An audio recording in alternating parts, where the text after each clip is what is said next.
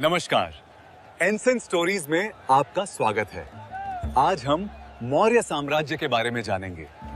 मौर्य वंश भारतीय इतिहास का वो स्वर्णिम अध्याय है जहां से भारत एक साम्राज्य बना। आज हम जानेंगे चंद्रगुप्त मौर्य से लेकर सम्राट अशोक तक की पूरी कहानी। तो चलिए बिना समय गंवाए शुरू करते हैं।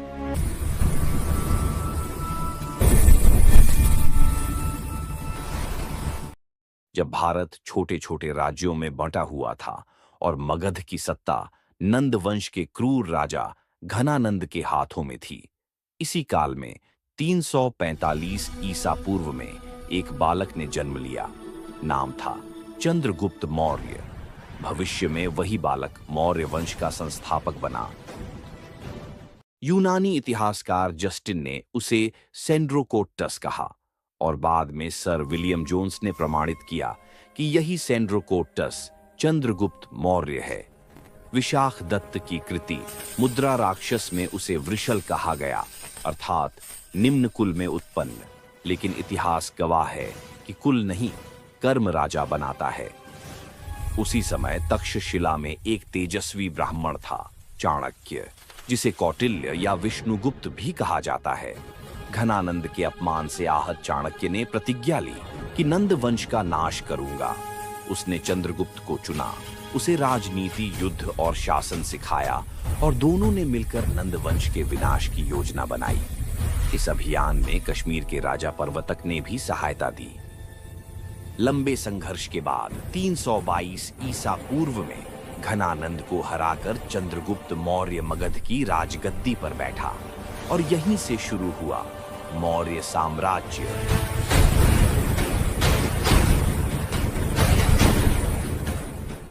और चाणक्य बना उसका प्रधानमंत्री। चाणक्य की अमर कृति अर्थशास्त्र, जो राजनीति, प्रशासन और गुप्तचर व्यवस्था की विश्वकोश बनी। पश्चिमोत्तर भारत पर यूनानी शासक सेल्यूकस निकेटर की नजर थी, लेकिन 305 ईसा पूर्व में चंद्रगुप्त मौर्य ने उसे पराजित कर दिया और दोनों के मध्य संधि हुई। सेल्यूकस ने अपनी पुत्री कार्नेलिया का विवाह चंद्रगुप्त से किया और चंद्रगुप्त को 4 प्रांत सौंपे: काबुल, कंधार, हेरात और मकरान। प्लूटार्क के अनुसार चंद्रगुप्त ने बदले में 500 हाथी उपहार में दिए। इस युद्ध का वर्णन एप्पियानस ने किया है। सेल्यूकस का राजदूत मेगस्थनीज चंद्रगुप्त के दरबार में रहा। मैं हूं मेगस्थनीज में चंद्रगुप्त के दरबार में राजदूत हूं। मैंने पुस्तक इंडिका की रचना की है। पुस्तक इंडिका से हमें मौर्य प्रशासन की जानकारी मिलती है, जिसमें लिखा है, सम्राट का जनता के सामने आने के अवसरों पर शोभा यात्रा के रूप में जश्न मनाया जाता है। उन्हें एक सोने के पालकी में ले जाया जाता है। उनके अंगरक्षक सोने और चांदी से अलंकृत हाथियों पर सवार रहते हैं। कुछ अंगरक्षक पेड़ों को लेकर चलते हैं। इन पेड़ों पर प्रशिक्षित तोतों का झुंड रहता है, जो सम्राट के सिर के चारों तरफ चक्कर लगाता रहता है। राजा सामान्यतः हथियारबंद महिलाओं से घिरे होते हैं। उनके खाना खाने के पहले खास नौकर उस खाने को चखते हैं। वे लगातार 2 रात एक ही कमरे में नहीं सोते थे।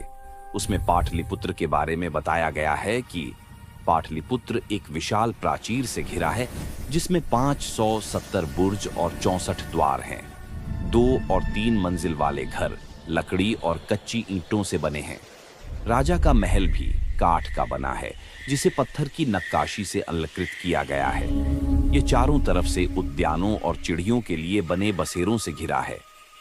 यूनानी लेखकों के अनुसार मौर्य सेना में 6 लाख पैदल सैनिक, 30,000 घुड़सवार, 9,000 हाथी, 8,000 रथ थे।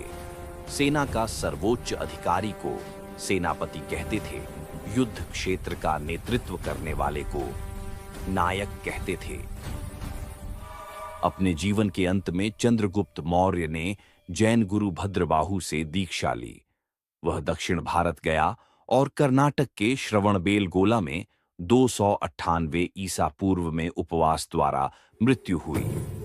चंद्रगुप्त के बाद उसका पुत्र बिंदुसार राजा बना। मैं हूं बिंदुसार। मुझे अमित्र घात के नाम से जाना जाता है, जिसका अर्थ है शत्रु विनाशक। जैन ग्रंथों में मुझे सिंहसेन कहा गया और वायु पुराण में भद्रसार या वारीसार कहा गया। बिंदुसार आजीवक संप्रदाय का अनुयायी था। बौद्ध विद्वान तारानाथ ने बिंदुसार को 16 राज्यों का विजेता बताया है। बिंदुसार के शासन में तक्षशिला में 2 बार विद्रोह हुआ। पहले भेजा गया सुसीम, बाद में अशोक, जिसने विद्रोह दबाया। सीरियन नरेश एंटियोक्स ने बिंदुसार के दरबार में डायमेकस नामक राजदूत भेजा। मैं हूं डायमेक्स। मैं बिंदुसार के दरबार में राजदूत हूं। मुझे मेगिस्थनीज का उत्तराधिकारी माना जाता है। बिंदुसार के उत्तराधिकारी अशोक महान हुआ। मैं हूं अशोक महान। मेरे बारे में पहले से ही एक वीडियो बनाया हुआ है, इसलिए आप उस वीडियो को जरूर देखें। मौर्य शासन 137 वर्षों तक रहा। भागवत पुराण के अनुसार मौर्य वंश में 10 राजा हुए, जबकि वायु पुराण के अनुसार 9 राजा हुए। मौर्य वंश का अंतिम शासक बृहद्रथ था। इसकी हत्या इसके सेनापति पुष्यमित्र शुंग ने 185 ईसा पूर्व में कर दी और मगध पर शुंग वंश की नींव डाली। आपके अनुसार मौर्य साम्राज्य का असली निर्माता कौन था? चंद्रगुप्त मौर्य या चाणक्य? कमेंट में जरूर बताएं।